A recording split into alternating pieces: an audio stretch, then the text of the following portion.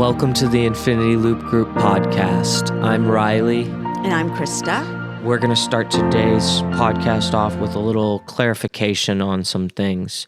I really wanted to clarify just really the meaning and purpose of what our goal is with this podcast is really to use the infinity loop as a tool to align with what you believe and your actions.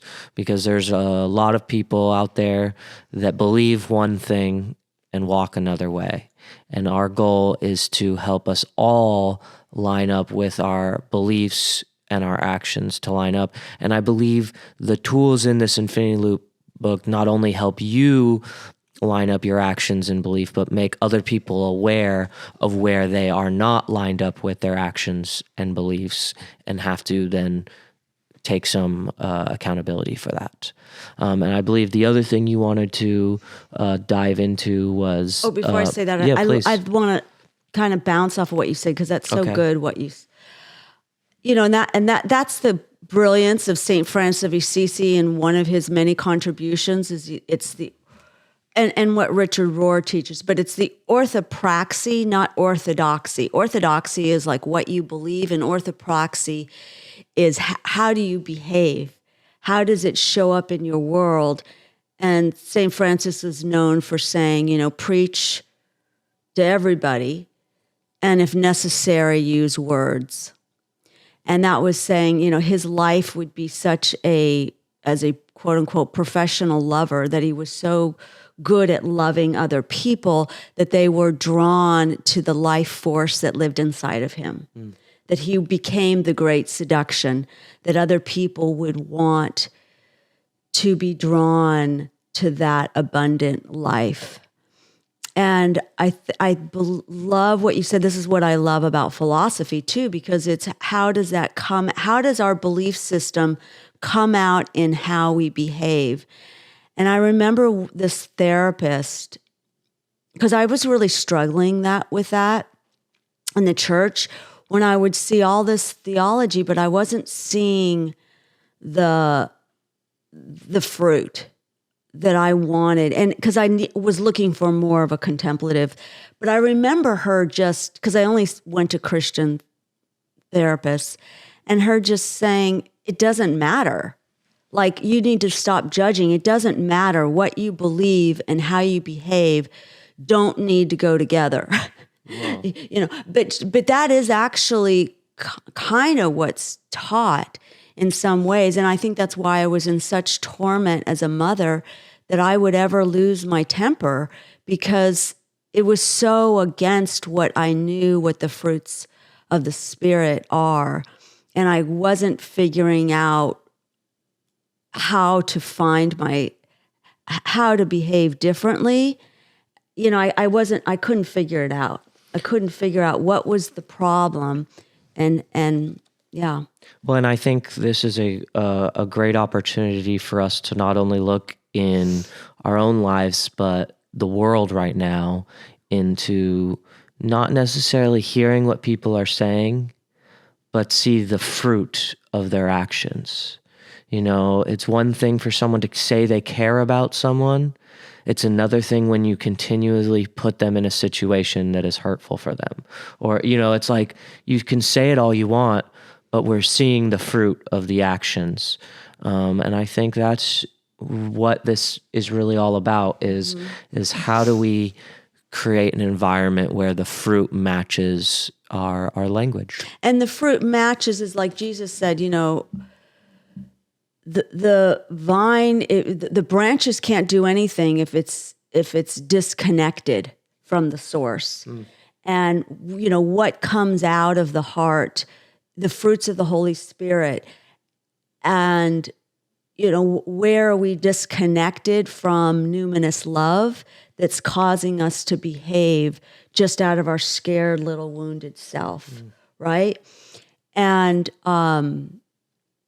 that's what's so interesting. And even when Rohr teaches, some of Jesus's teachings, if you just saw that he was trying to tell you how to do this out of the small self, it would almost seem abusive. Like people go, oh, forgiveness is so hard. It's like, it's hard in the small self.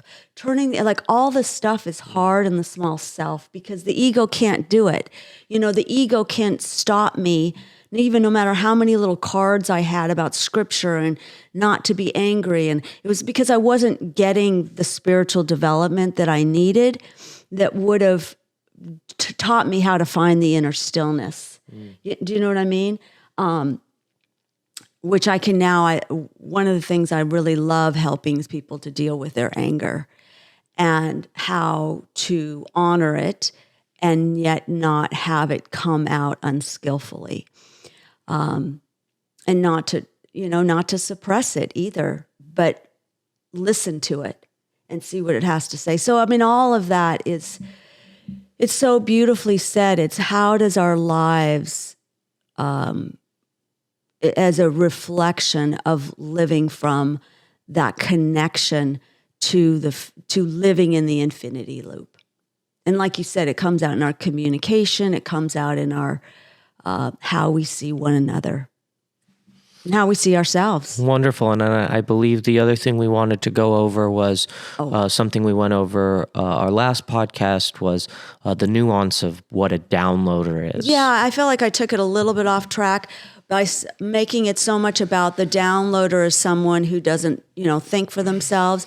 But the downloader, and I put this comment in the on the last podcast, but it's the monologue and not the dance. What I love when you say the dance. And you see that a lot, like those people who do that a lot, and I use the word those people because I certainly hope that's not how I communicate, but people who often do that, it's a monologue as though they are sharing their view and they don't think they got it from the news. They don't really think about what influenced them, of how they see that specific social issue.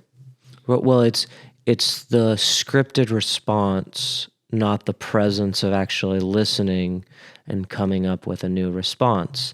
And there was something we were talking about beforehand where when someone is in that downloader scripted space, they're so used to the other person coming with the rhetoric, the opposite, but the still scripted response, that when it doesn't always break people out of this thought process, but in my experience, it's one of the only ways to break someone out of this thought process is to ask questions from being present and actually breaking down what they said, not just, oh, well, this is the talking point that I've heard that negates that argument, right? It's not really even about negating the argument. It's about understanding where someone's coming from when they are in the downloader model.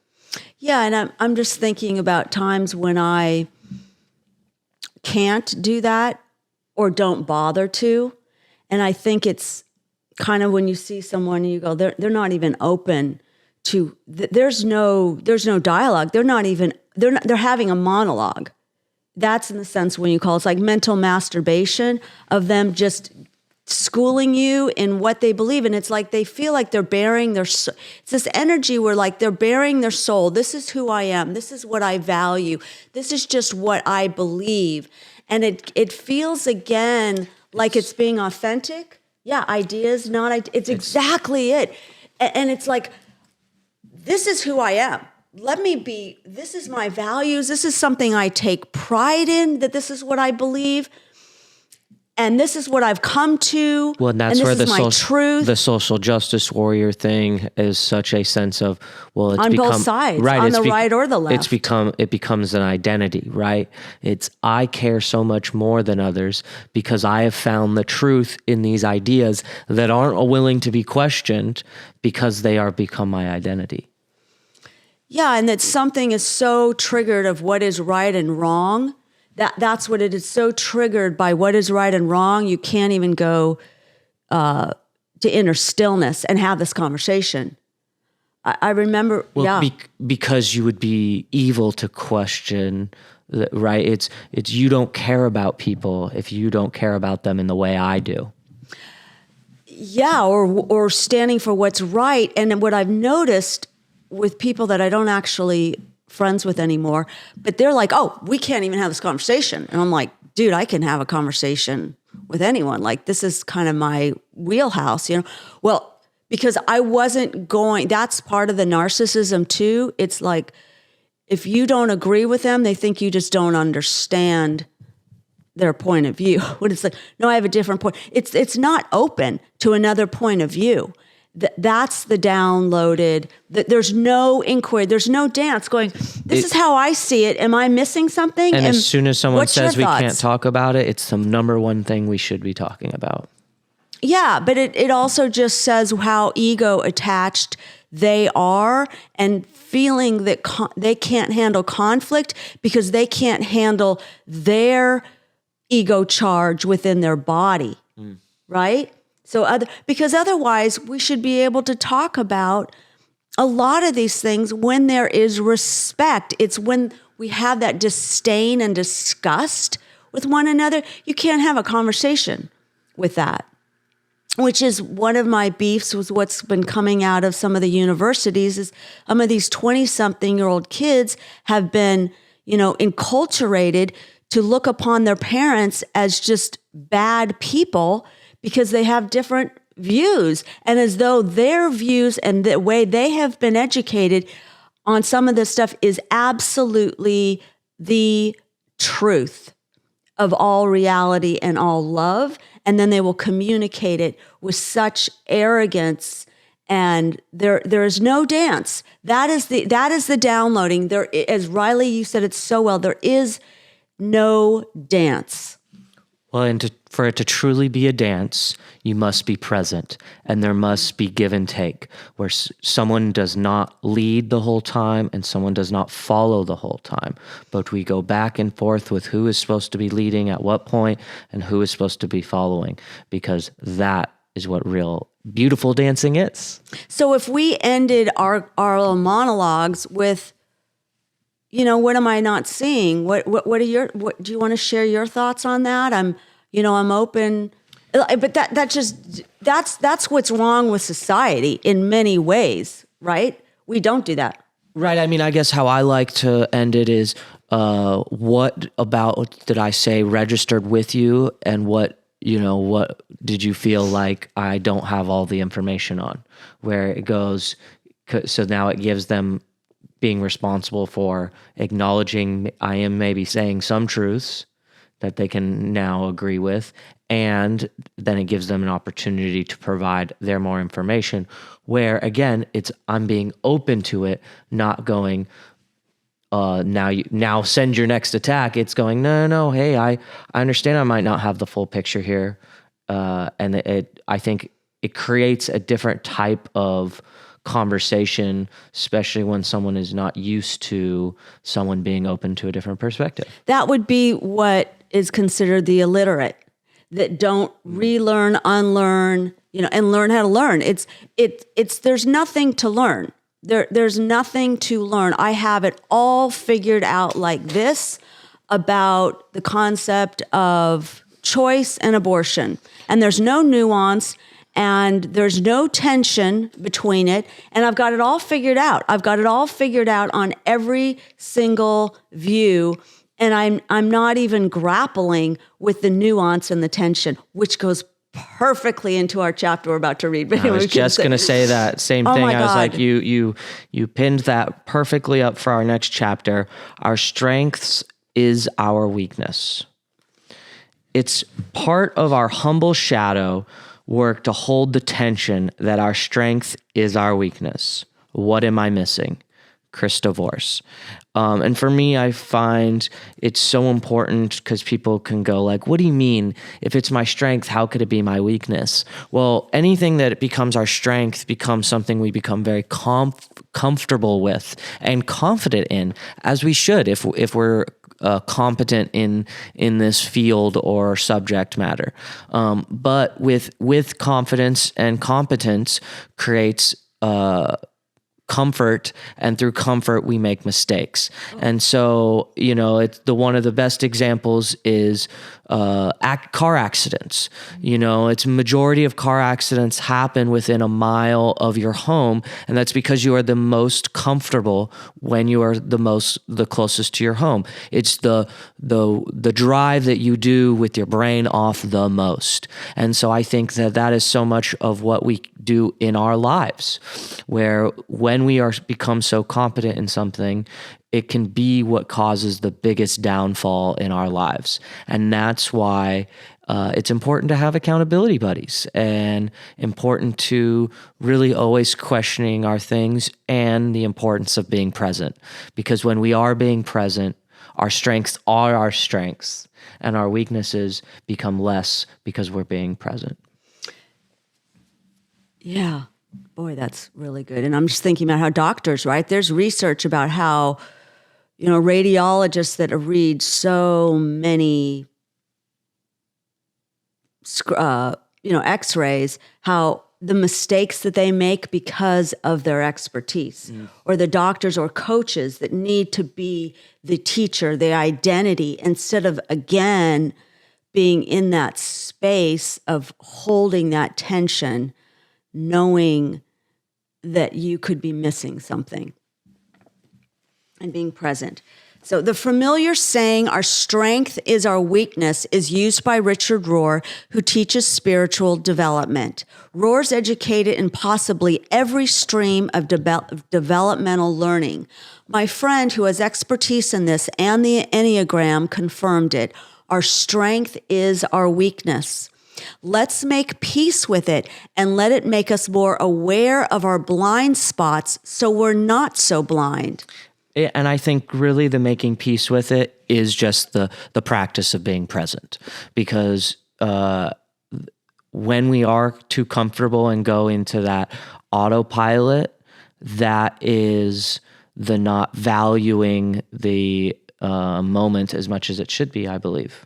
Yeah, and it's, again, that pushing on both pedals I love. Like, if you're really good at standing up for yourself, you may need to push on the pedal of being more gentle, right? If you're really good at winning arguments, you need to maybe push on the pedal of creating more space for the other, right? Yeah, 100%.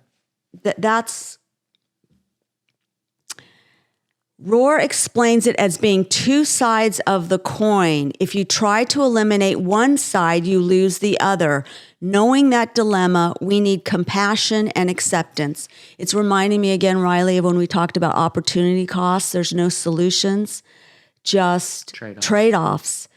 And holding that tension, of some things, that's the paradoxical, that's the gift of tears, things that cannot be fixed, that you just live with the tension, right? And the ego just wants to always fix everything instead of holding the tension that there will be things that my strengths will cause me to fumble for the rest of my life. But the more I become, like you said, my accountability partners, present, aware of it, going to slow thinking, like Daniel Kahneman's work, Thinking Fast and Slow, choosing to go to what would a skeptic believe? How would a skeptic see the situation? How could I push on the pedal of more negativity? There's all these different things that you can do to help safeguard your, like you said, being more present, your strength derailing you. Well, what was really coming to my mind was two different kind of ideas that I think align with this, of choosing your enemies wisely and choosing your regrets. Not choosing what you won't regret, but choosing your regrets intentionally, right? It's having this balance of, I'm choosing my strength to be my weakness, by intentionally understanding that if this is my strength, I need to find my balance by seeing what the opposite of that is.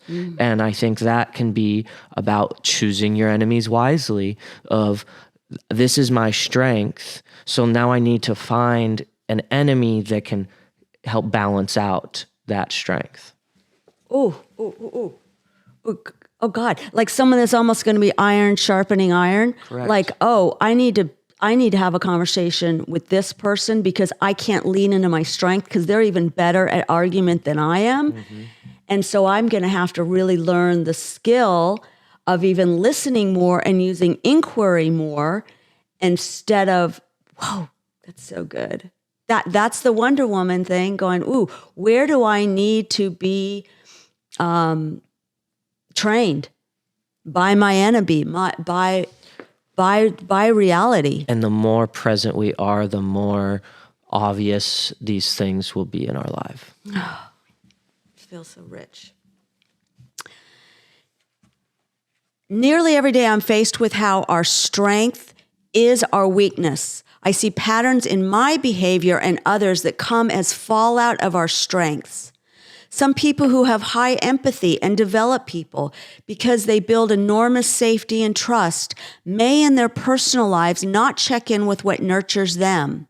They may be able to see another's point of view and want to be supportive, but they don't support themselves fully and aren't honest or aware of themselves. Those skilled at adaptation are often prone to over-adaptation, right? So some of our childhood coping mechanisms of, you can just kind of numb out or handle anything becomes a weakness where you are now have frightfully low standards. Right? Like where does your compassion lead you to disregard your own caring for yourself, right? Over compassion or over caring. I don't like to say over caring, but I guess putting someone's welfare over your own. Yeah, not in the infinity loop, not in the balance, not in the holding the both. Right? Yeah. I mean, it's not counting the cost of bringing the homeless person into your home. Well, it's like the flight. You're supposed to put the oxygen mask over yourself before you help someone else. And I think that's something we need to remember in our lives always, especially when we're dealing with our strengths and weaknesses. Yeah, right? I heard Simon Sinek say that saying doesn't really apply in a lot of situations because it's not like a life and death situation, and people use that to kind of have narcissistic self-care. Okay. And which I thought was, because I hear that so often, and it's like people can't give because they think they've got to be putting more oxygen. When in some ways I would say they can be very disconnected from love and the resources that would give them a greater capacity to love and serve others. So it's again a real nuanced thing.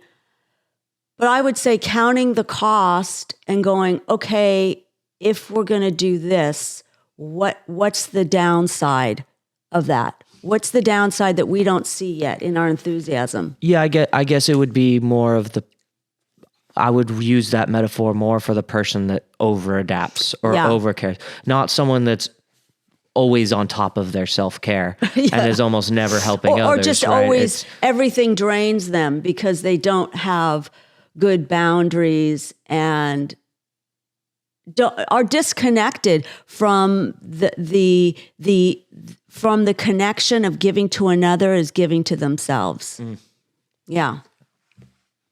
From the oneness. There's too much in the self, but yeah.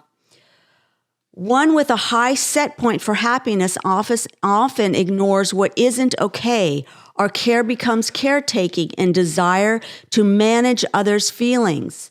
Fast-paced decision-making censors out data that more slow-paced skeptical thinkers would catch. Being open becomes too open. Those who support can support bad behavior. We benefit from this reminder to take a regular, sober inventory and invite others to look out for us. We then operate at what's called thinking together. We need each other and to know where we're prone to miss things. What am I not seeing? Where does my strength cause me to lose my discernment? I really like Rohr's of the two sides of the coin. And in our ideal self, we just think, oh, let me split this coin in half, and I don't like the fact that I have a weakness. And that's part of the humble path of being human. If we acknowledge how the aspect of everyone's temperament that bugs us does have a strength behind it, we hold it respectfully and look again at what this person has to teach us. And I have found that that's that projection piece where sometimes we don't like something in someone because they actually are representing a quality that we have disowned within ourselves. Yeah, that's what I was going to say, is anytime someone says, usually when you don't like something in someone else, it's probably because you don't like it in yourself. And I don't think that that's true 100% of the time, but I definitely think there is a lot of truth in that. Or we've disowned it. Like somebody you think is really selfish or this or that. Or right, we've disowned the fact that we've been selfish before. We've disowned the fact that, say they're skeptical, and we've sort of disowned the skeptic in us that would be not the cynical, but the skeptic that, we need to incorporate that more in us, the skeptic, or someone who's really caring for themselves, or that we judge them as narcissistic or whatever, when we're like, no, what they're doing is actually a model closer to where you are not. You're so afraid of being that, you have neglected yourself in that. Or, they're just so, like too selfish. And like, well, no, actually, they probably have better boundaries that you need to be strengthened in. And that's something I have seen in myself.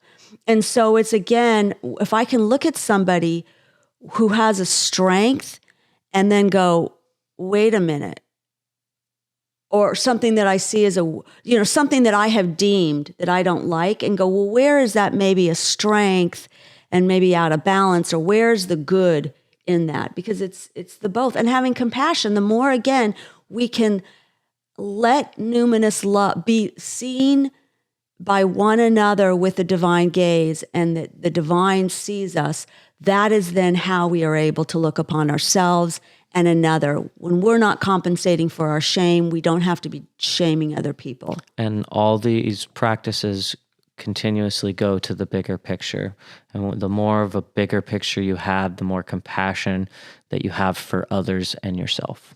Exactly. We must make peace with this two-sided coin and not think if only we had the latest tool, we could successfully divide it without losing any value.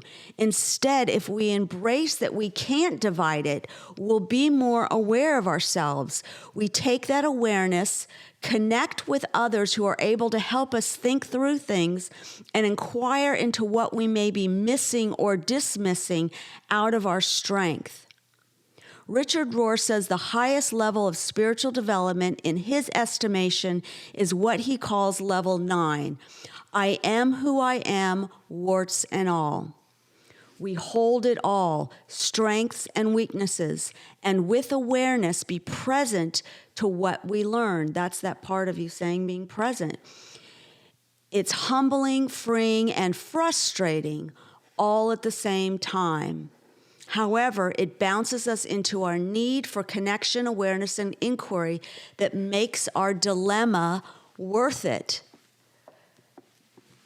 Wow, that's it though. That's the gift, is that being humble and flawed bounces us into our very need to practice these skills that help us transcend the limitations of our weakness to the best of our ability.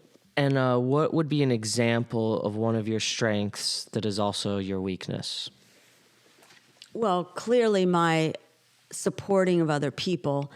And I feel like I've really just made a very sharp improvement on that, of just being very careful to not be too quick to support someone without getting more data. So I want to kind of dive into that a little bit more, though, because I think it's hard for a lot of people to understand what being too supportive would look like. And so I'd really like to understand more of what you mean by that, in the sense of how being supportive has hurt you in your life. So I have a chapter called "Supportive Krista Died Tonight," and it's her false self. It's not that Krista's not supportive; she's just not supportive Krista. So it's the part of me, and it is my false self, the part of me that doesn't acknowledge my anger because, oh, that wouldn't look all perfect. Or the part of me that's so quick to support people that isn't using the inquiry to be the skeptic. To have the discernment. To have the discernment to go, because I will hear something and I will relate to something I've been through in my own life. And that's usually what it is. I'll go, oh my gosh, I relate to that so much. And I don't have the details. And then I find out, kind of like the woman in Clarifying the Infinity Loop that attacked me, who was co-running the meeting, and then I ran into a Trader Joe's, and then I said, oh, she just treated me with this bullying, threatening energy that she had done to someone else that I had supported, is I hadn't bothered to ask the tougher questions. And when I supported her kind of marching in front of this church because of my own spiritual abuse, I saw in her this disgusting, it was disgust and hatred and cruelty and bullying and this dismissive quality. And I was like, oh my God. That technical difficulty, we'll try and fix that in editing. I was going to ask you... more... Okay, go ahead. Well, about just the supportive thing? Yeah, and how you deal with that as a weakness to come from your strength. So how do you still stay a healthy level of supportiveness with being aware to not bring supportive Krista back? So it's such a strength. I don't ever have to be afraid of losing her. I never have to be afraid that I'm not supportive because I'm just naturally like to support people. What I need to look at is being careful to not, which I don't do in my coaching. I'm good at it. I'm very careful. Usually I'm very good at making sure I'm not affirming somebody's narcissistic, sealed belief. I really like to work with people that are open to doing the work and going, and that's when it's like you can kind of tell their level of narcissism. Where could I be wrong? Where's my weakness? So pushing on the pedal of developing other people, I don't want to be, the false prophet, the soothsayer that just feeds the client's ego so that they keep coming back. So, but in my private life, I feel like we have a really great dynamic between us, that we don't blow smoke up each other's ass, that we are coming from empathy, and we both quickly speak up. If we go, yeah, let's look at it from the other person's point of view, or where could we be wrong? And I mean, we just have that natural relationship where we're constantly going, well, we always have each other's back, but at the same time, we're not going to blindly have each other's backs. Because we have each other's backs so much, we understand the importance of defending the other point of view. Yeah, because we know we're both committed to growth, like, honey badgers. So we're always going, show me where I'm wrong. What am I not seeing? What don't I know? Where's this coming into my weakness? Well, it's like Patrick David said something really important in a relationship. He asked his fiance at the time, but now wife, who do you go to when we have a fight? And she mentioned her friends and stuff like that. And he said, no, that's not okay. Because what it is they are going to defend you. You need someone to go to that's going to defend the other person. And he was like, I'm going to go to my father and my mother. And you know what? They're going to defend you in any argument I have. And to me, that's that healthy balance, because I do know my mother and father have my best interest in heart. But to really have my best interest at heart, you need to have the balance of the other look. And so to me, I thought that was just a pliable example of how that when we look at things like that, it can just really improve every aspect of our lives. Yeah, I mean, you still go, Krista. Your ability to see the potential in someone else can cause you to hang on longer than you should. Well, it causes you to not see red flags, because from my experience, you bring out the best in people, and sometimes that best is only around for a short period of time. And you think, oh, this best version of someone that I saw that I don't know, but is usually putting on a show for me, because again, I think you have this energy that really is easy to mirror for someone to present as their best self. And I think you believe that to be who they are all the time.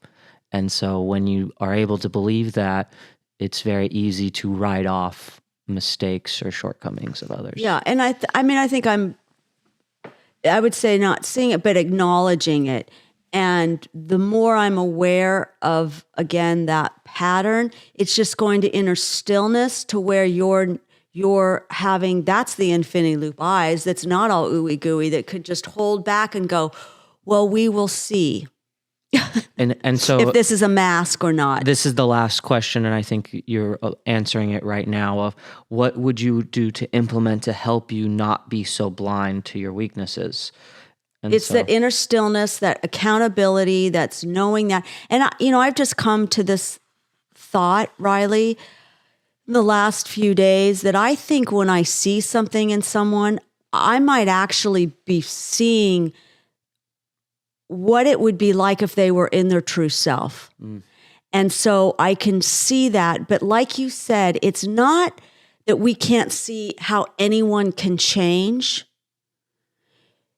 It's that you don't know what is it going to be that will cause them enough suffering, great love or great suffering, that they would be willing to do the work. And when you said that to me, I was like, because I said, well, could you see them changing? And you go, I can see anyone changing. Yeah. I can envision a vision for anyone of what's possible for them. And that's what I see. Yeah.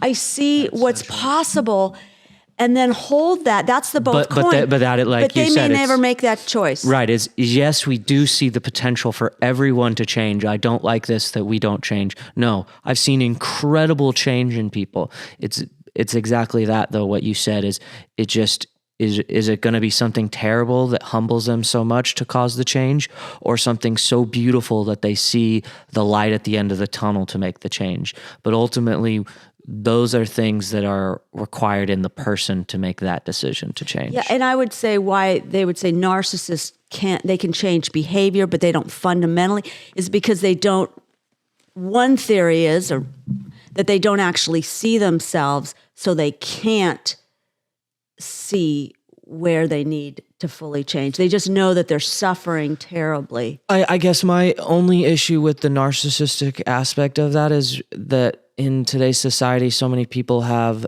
a lot of narcissistic tendencies, but I wouldn't say are fully narcissist. And I find that a lot of people use that term to just write people off. Instead of having a nuanced conversation, or maybe acknowledging narcissistic aspects of someone. I see very often someone just goes, oh, they're a narcissist, so I don't need to treat them with respect, or you know what I mean? It degrades both people. It's no longer do they go, oh, you walk in the light, and yeah, they're a narcissist, so we should stay away from them. They usually go to a dark side, which then becomes belittling the other person that is supposedly the narcissist, which then you just end up exploding with narcissistic tendencies also, right? In the criticism of someone, quote unquote, being a narcissist. I'm so glad you brought this up. I was thinking about someone I know who went to, supposedly some therapist who knows narcissism, and they have just identified as the ex-husband as the narcissist, and the counsel that they gave her was all about that disrespect, and you just do this and you just do that, and it does, because they've just deemed this person so non-human. And again, they weren't seeing how they were behaving. And from my experience, I think she was completely wrong about her diagnosing the other person as the narcissist. Well, and I'm very much against the defense of a narcissist to be a narcissist. And from my experience, that is what is taught, is it's like, oh, to defend yourself from a narcissist, you pretty much have to become a narcissist. And I am ultimately fully against all that. Like it's the ultimate opposite of what we're trying to create here with the we don't infinity see loop. our lack of love. We don't see our narcissism within ourselves. Well, because our unhealthy narcissism. Well, and because ultimately, even if that person is a narcissist, our respect for them does not go away. And that's really what it comes down to, is we still keep the respect for them as an individual on their own journey. Maybe we respect ourselves enough to keep them out of our lives, but we still choose to treat them with respect, which will naturally cause us not to go into the narcissistic state. Yeah. And we don't drop our character of how we want to be in the world because of someone else's behavior, right? Yeah. Well, that's again the end of that chapter and the end of this episode. Thank you again so much for joining us on this journey. Please share with others. Only together can we change the world. Have a great rest of your day. Bye-bye.